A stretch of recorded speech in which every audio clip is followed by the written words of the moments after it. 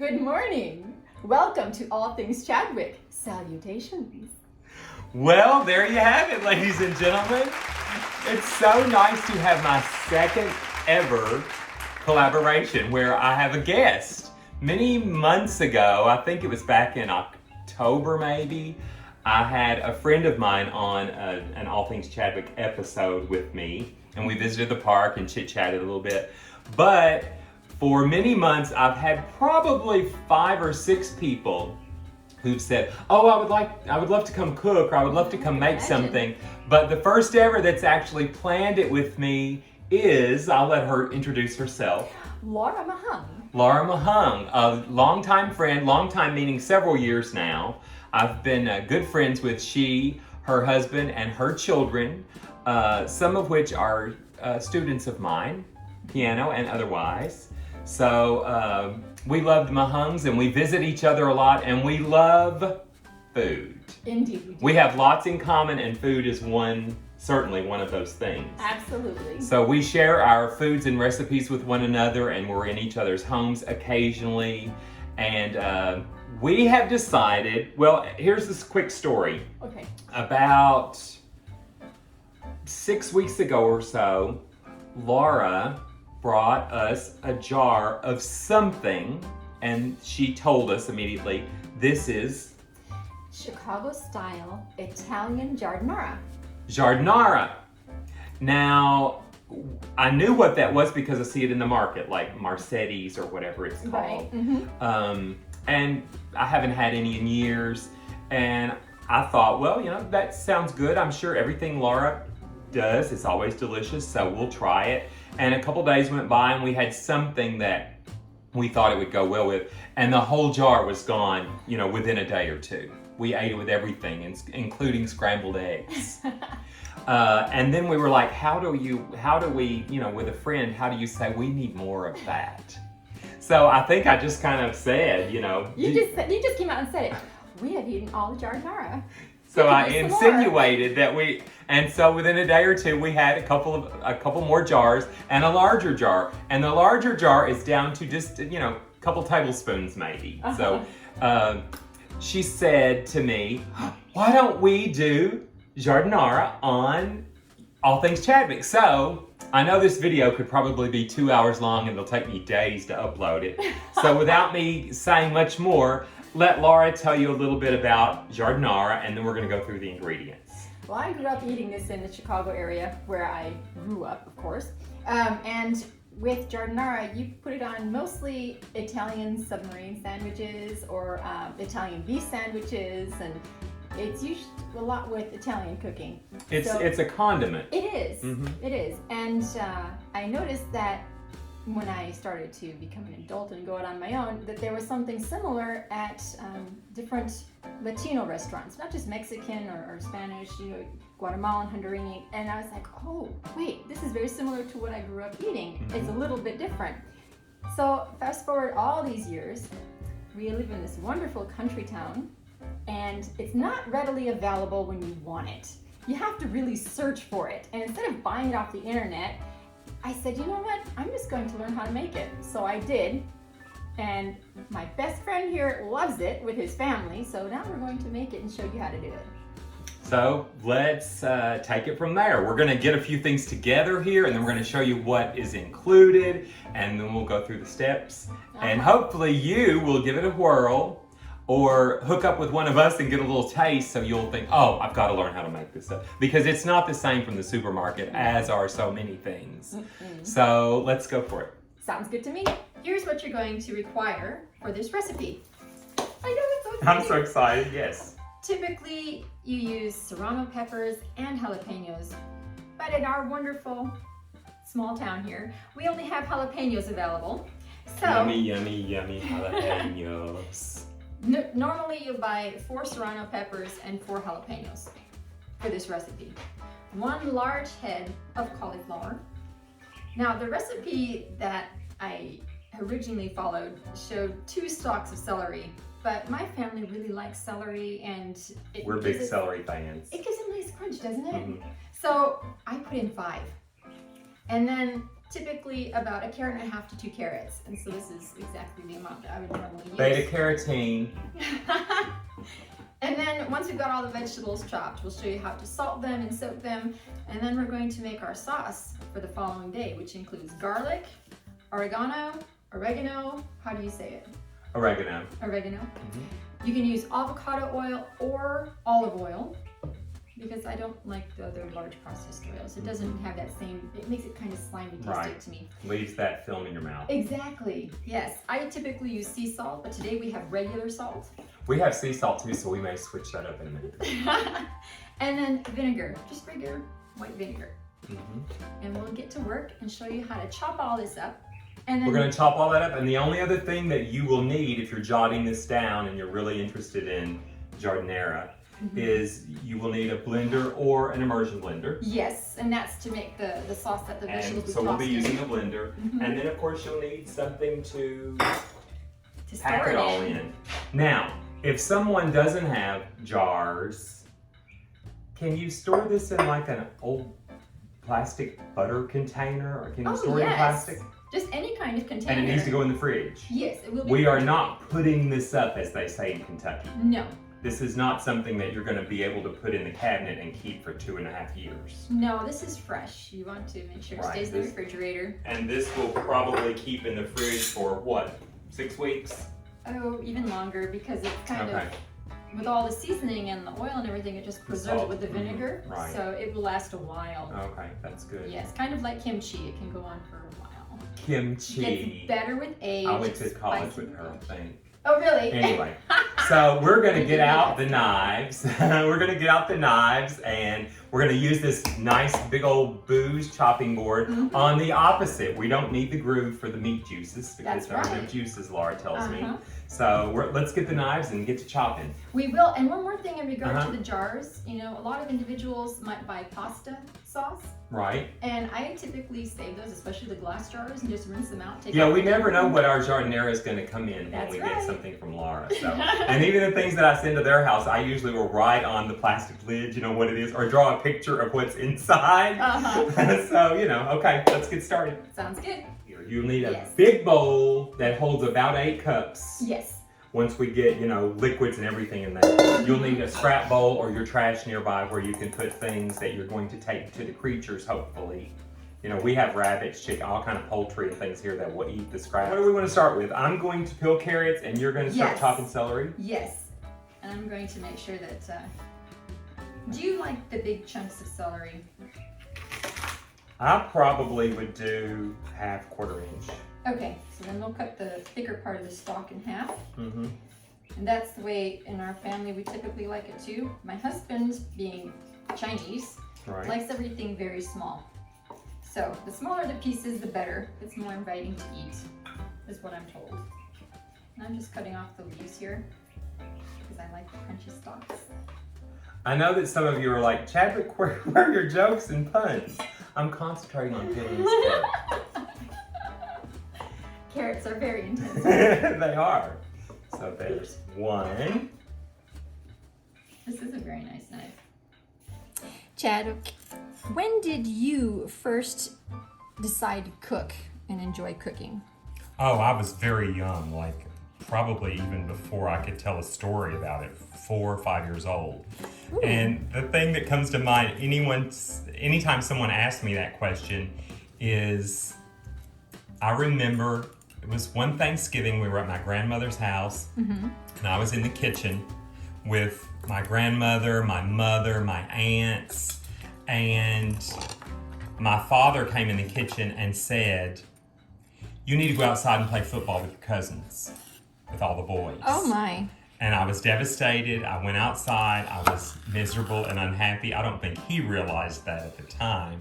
But ever since that day, it was like, I do not want to play football, soccer, sports, go out and I want to be in the kitchen with the women. So, you know, that was my first recollection. That is my first was it really for the food or was it for the gossip? It was the gossip too. Yeah, I mean, that was just the feminine side of me. I wanted to be in there doing what they were doing, whether it was sewing or whatever. You know, I wanted to be with them. Now that doesn't mean that there weren't other things. Like I loved going fishing with my father, and I loved, going hunting and doing, fun things like that. But I preferred to be in the kitchen, in the house, doing housework and things like that. So, what was your favorite recipe to cook once you learned it? my favorite recipe to cook once I learned it, probably meatloaf. My mother and grandmother both made really good meatloaves, and I'm talking like Southern style meatloaves with the ketchup on top. That was my go-to once I learned it. And then when I became a parent, I loved anything Thanksgiving or holidays, whether it was dressing or baking a chicken or a turkey, making mashed potatoes, macaroni and cheese, Southern style things. Eventually, I started enjoying my husband's this, that, and the other. Laura, do you want me to split these down the center or no? Oh, yes, that's what I do. Since you like them like only half-inch. Sure. So some of my husband's cuisine, and then we love Asian cuisine and things. What was it that you recently invited us to try? Congee. Congee. I went over to Laura and Ken's house for congee with the kids, and then I brought leftovers home for my husband and our kids. And look at those knife skills. yes, the knife skills as I'm talking. So you notice the celery. She's finishing up the celery over here. So I'm gonna do these carrots about that same size.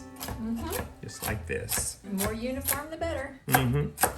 Better eating. Yes, easy on the palate. And I'm sure some people will be interested to know what on earth is congee. Give us the quick rundown. Basically, it's a rice porridge. And it's kind of a little bit soupy, and you can put whatever you want in it. The base is rice with water or chicken broth, whatever broth you want. Sorry, I wasn't going to chop off your arm. No, we've done that before. But then you can put whatever protein you want in it. And in our house, it has to be shrimp and usually fish, especially during Lent. And there was chicken the day that I was there. Yes. And Lots some of of sides. the little additives, fried or dried anchovy. Yes, it's a fried anchovy, small little fish. And we also usually have boiled eggs, either soft or hard boiled, to go with it. Different mushrooms. Yes, different mushrooms, fried onions, fresh green onions, fresh cilantro. There's so many different things you could put with congee. That's a whole meal in itself in different ways. And it was delish, and every bite of it was eaten here. Laura sent plenty, and it still wasn't enough. You know how that goes. Yep. And, since we're talking about cuisine from here and hither and yon all over the world, I'll also mention that she sent some delicious black cake. So let's shout out your friend from Guyana. Yes, Mrs. Madre. She blessed us with a black cake, and that was just so wonderful for Christmas for us. It's very similar to a tangy, what we would call a fruit cake here in the States. I'm going to pull this back here. Yep. And we're going to do some raking. Go ahead. So we're going to take all the carrots and celery, right? Yes. That's fine. Let's Put pull a that little bit into- further. I don't want to miss anything. 2 knives are better than 1. Yes. I feel like I'm on the Muppets. What was his name? What was the chef? The chef, the French chef. The Swedish chef. Swedish chef. Yeah, one of those things. I loved it. Okay, so now Okay. Laura is going to take this side, and I'm going to take this side, and we're going to do the same size. Yes. She is not going to do the jalapenos because guess what? I don't have on hand gloves, but I do jalapenos like all the time. Yes. So I'm going to go in half, and then I'm going to slice, That's right. and I'll probably do 3 at a time. We're not going to remove the seeds Nope. Leave the seeds in there. That helps give it the spice. that it requires. That's right. Now, if you're like, sure, take the seeds out. I mean, if you Right. don't want that extra spice, take them out. That's fine. And I can only handle so much heat, so I usually, when it comes to the serrano peppers, because that's the mix, serrano and jalapeno, I will put in like maybe 2 serrano peppers because they're a lot spicier than jalapeno, and then just use 4 jalapenos. Or if I don't have any serrano, I'll just use all 8 jalapenos. And that's what we're doing today. Yep. Your chickens and rabbits are going to be so happy today. I know, a whole bowl of goodies and yummies. And they don't seem to mind spicy. Oh, really? So, no. I don't know that they have those. I never know. Let's look that up later. I never know if the rabbits eat the pepper parts that I give them. I never see them, so I figured they I'm do, not but sure. I don't know. But I know here, I never see like leftover jalapenos when we. So I think they just yum it all up. I'm not sure that they have a taste bud that indicates to them something is spicy. I've never looked that up. Well, I'm sure, what am I trying to say? Mammals. I'm sure mammals do. Yes. But I'm not sure about chickens, poultry. Well, I know our dogs don't like anything spicy. Right. They will whine and yell at us if Yelp. we give them spicy. Yelp, So I took just for the sake of the animals, the center stalk of the cauliflower, just cut it into chunks. The core? Yes, the core. Say core, Laura. Core. It still doesn't sound like core. Sounds like something you're going to help fix the car with. Laura, where are you from originally? The suburbs of Chicago. The suburbs. I think you actually mentioned that earlier. Chicago. Yeah. The Windy City. Yes, and then when my husband and I were married, we lived in the city. Just like a mile from the center of the loop, I think it was. Look, folks. I mean, let me grab the camera and show you. These fresh veggies are coming right along. I still like 2 jalapenos. Laura is going to town, as they say, on this cauliflower. Yeah. Cauliflower, isn't it? Cauliflower. Yeah, cauliflower. Cauliflower? Like cauliflorist. It's fascinating, all the different accents and twangs and ways of saying words in one country. You go from the East Coast all the way to the West Coast, and it's said differently all along. Exactly. Even region to region. We were talking about that yesterday. Little regional sayings like, I often hear my daughter say to her friends, "Let me let you go." Like when they're on the phone, "Let me let you go." And you know, my husband would say, "What, are you holding on to me?" Yes, because Ken is very literal. Yes. Even when we're having a conversation, he'll say, he often calls me Mr. Shockley. What do you mean? I don't know. And he's never offended. He just doesn't literally does not get it. He takes what everyone says very literally. Very so literally. Say, "Get out of here," which is a very popular one in the Midwest. Yes, okay. Goodbye. Exactly. He'll leave the room. And it's like, no. It's just a phrase. It's a saying. And it used to baffle me when we first met that he would leave the room like, "Why did you leave the room?" He said, you told me to get out of here. It was figurative. Yes, that's it. I love speech. regional sayings. They're funny. They're fun. A lot of fun. I could just imagine how challenging it is for someone who comes here who doesn't know English or speak it that well. Right. And they go from one state to another and even people who move into this area from, further up north or out west. Yes. There are so many things that we say that we never stop to think that really doesn't make a lot of sense. I can't think of another example right now. I'm sure you could think of lots. Well, there's one phrase that I questioned what it meant because the way it was used, and that's, "Oh, bless your heart." Now, I was like, okay, are they really meaning something That's an internet good? sensation, that one is. Or is there something else behind that, "bless your heart"? There's usually a derogatory cutting feeling behind that. It seems to me a very judgy statement to make. Yes, and even around here they'll say, "Oh, just put it up." Put it up? Mm-hmm. What does that mean? Put it up? Like, up where? I don't see a shelf anywhere. Well, speaking of put it up, I think I have about finished with these, so I'm going to start Good. helping you. Yes, cauliflower is the biggest part.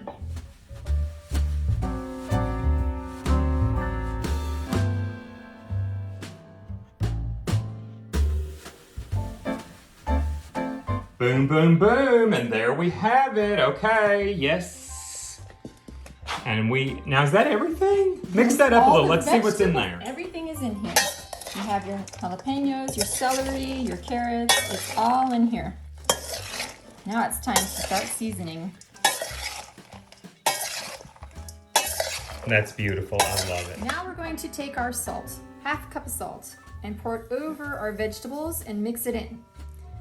You can do this by making a saltwater mix first, but I prefer to get the salt directly on the vegetables so that way it can start seasoning the vegetable. How much water are we going to get out of these kinds of vegetables? Salt usually brings water out of things. It does, but we're going to actually cover this with water. Okay. And it's going to brine. And it will sit overnight in the refrigerator, brining.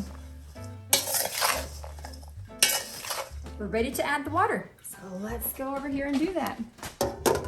Cool water, because you don't want the vegetables to cook. And you're going to make sure that you stir it so that the salt also dissolves, even though it's on the vegetable. It's going to dissolve, and this water is going to be your brine that will help, in a way, pickle your vegetables overnight.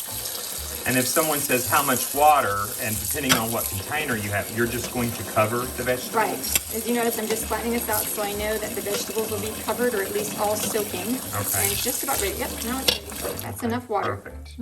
So they're all in there, and you can push the spoon down and they're fine. Okay, perfect. So what I do is I just keep stirring until you can feel with the metal spoon really well, when you put it against the bottom, if there's any salt left.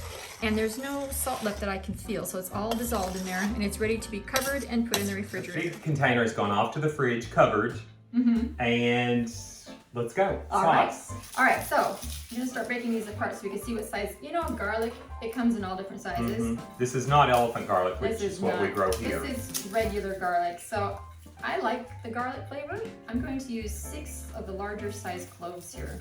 And if not, it will be like 8 small ones, because these are kind of small. So we're just going to break them open. How many do you have there?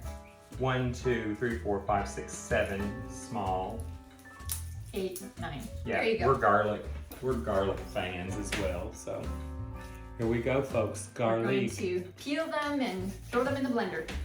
Now, you know, I see all kinds of tricks to peel garlic. Martha Stewart puts them in a covered container and shakes them vigorously. Yeah. And then when you open, all the skin's off. Yes, I've seen that done. I've seen other people that just smash it Uh-huh. and then peel the skin off and go for it. What do you do? Me, I just kind of do like an Indian sunburn, they call it. I just Okay. twist it back and forth, and then Uh-huh. it just peels off. Okay. That's all I do. That's what I do is I like to snip off this little corner piece Oh, the hard part that here? holds that, and then I start peeling. Okay, everybody has their way. I Yeah, tried everybody to do has that. it. From Martha Stewart all the Yes. way, here we are with Laura Mahone. I've tried that That's Martha her way. Stewart method, and was not quite effective for me. She also has that ability to break away and act as if it's just happened perfectly. Exactly. Everything she does is And I perfect. don't. Oh, here we go. If I'm making a broth, then I will go ahead and just smash the garlic and leave the skins on, because it just adds all extra flavor to Right. the broth.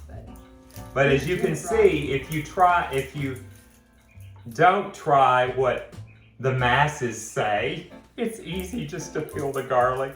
It takes literally just a couple of seconds. It does. And you know, a lot of people say, well, I don't want the garlic smell. So then you take something like stainless steel, a metal, and you wash your hands with it, and it gets rid of that garlic smell. Yeah. Okay. So let's get our blender and start putting this stuff in. We're gonna grab the blender and go for it. Let me show you the garlic. Here we have 9 beautifully peeled garlic, and that took every bit of less than, what, 90 seconds? Right? Put in your So we garlic have cloves. all our garlic. Yep. Boom. And then we're going to put in, the recipe shows you should only put in like 2 teaspoons of oregano.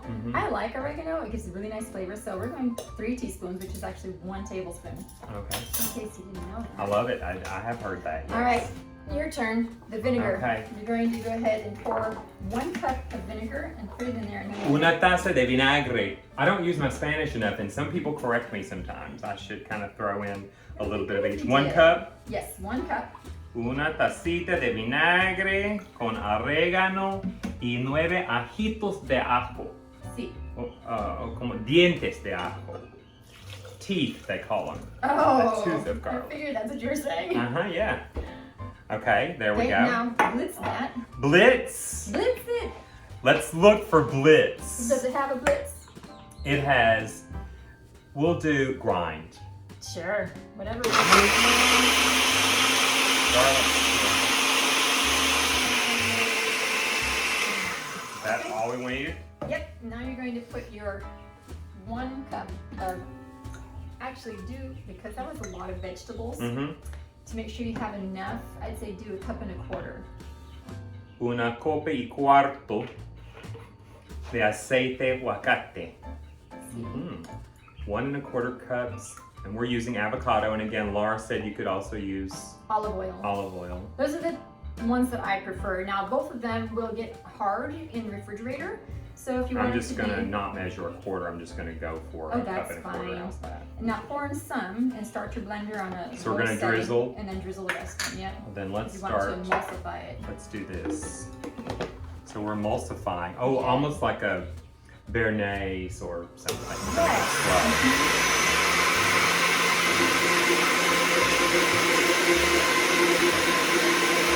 Love it! A little faster. Okay, a little faster. Faster! The blender does the work.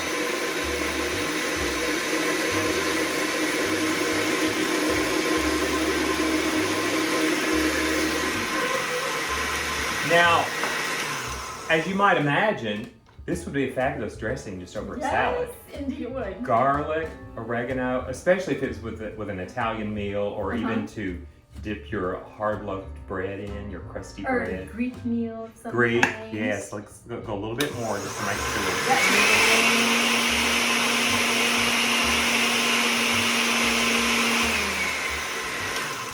Let me let you see this, folks.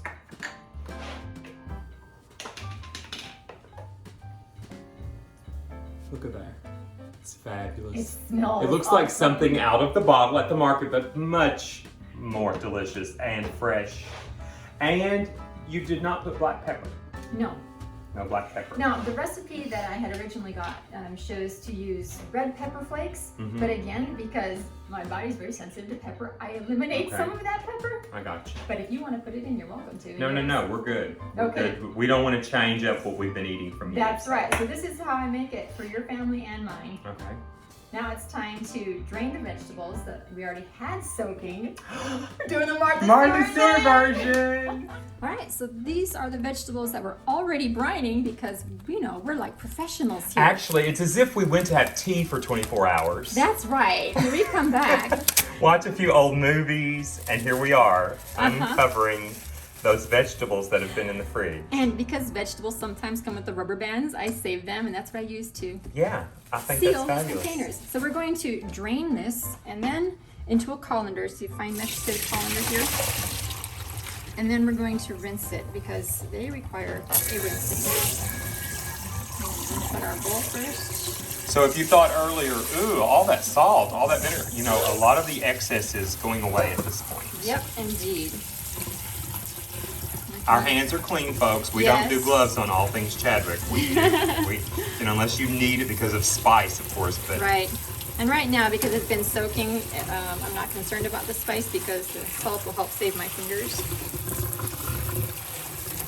There you go. You're just giving a really good rinse. now, could you let this sit in the fridge for just 6 hours, or does it really need overnight? You could day.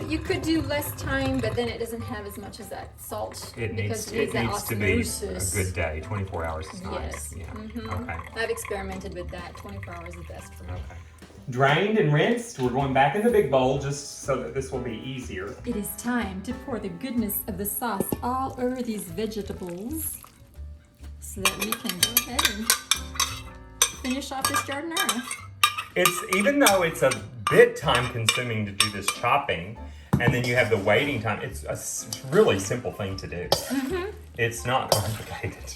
Not at all. And if you think you need more of the sauce, you just add more oil because there's plenty of vinegar in here already. Oh, I think it looks fine.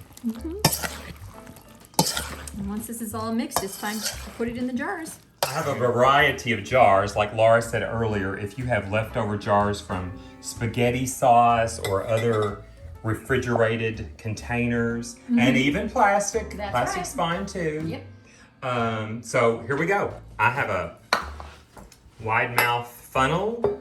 And we're going to start packing this into the jar because that's the best way to do it. Just let it all go down. You might have to shake your jar a little bit to let it all settle. And I assume as these sit, that if you want to from day to day, you can flip these as long as they're sealed well. Yep, you can shake them. Just remember, the oil does get hard, so leave it sit out for a few minutes until the oil softens up a bit. Sure. And then you can always add more. Shake it, whatever you need. I'm going to pack it down a bit.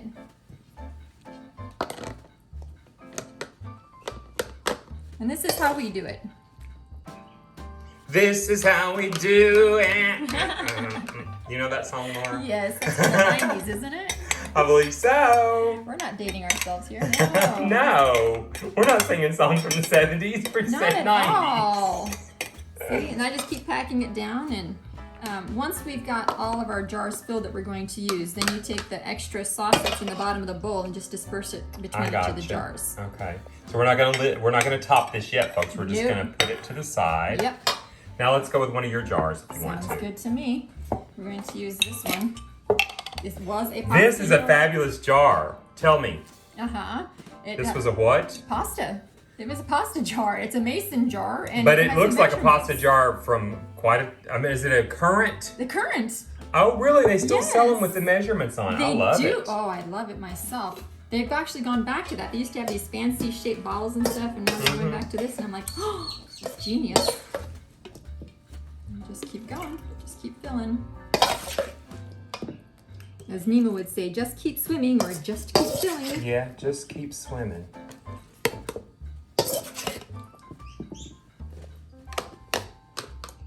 There we go. Just pack it down. You want to make sure the vegetables are covered because all of the juice and everything that comes out from the vegetables and with this sauce is what will give it heat. So this won't be very spicy right now, and it won't have a whole lot of flavor until it's sat for maybe 2 or 3 days minimum. You are so cute. I don't even know what you're saying. I'm just thinking, she's so cute. I can imagine that I'm quite a bit cuter than you when it's just me, but still, you're just so adorable. I love it. I think that's Who why my cares husband about the married me. Giardiniera? I know, he's gonna be like a big All Things Chadwick fan at this point.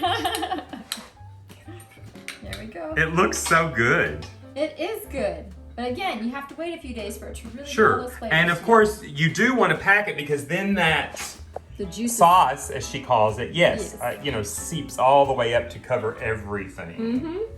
Oh gosh, that's so pretty. Right, and I don't know if this would fill a whole nother jar, but we'll see. Go.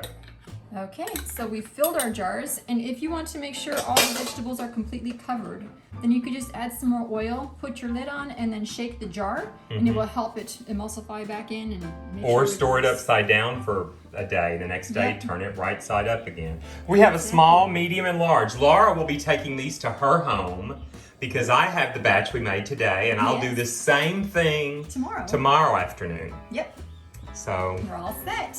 This is Chicago-style Italian giardiniera. Make it as hot as you want. speaking of as hot as you want, I don't eat things as hot as I used to.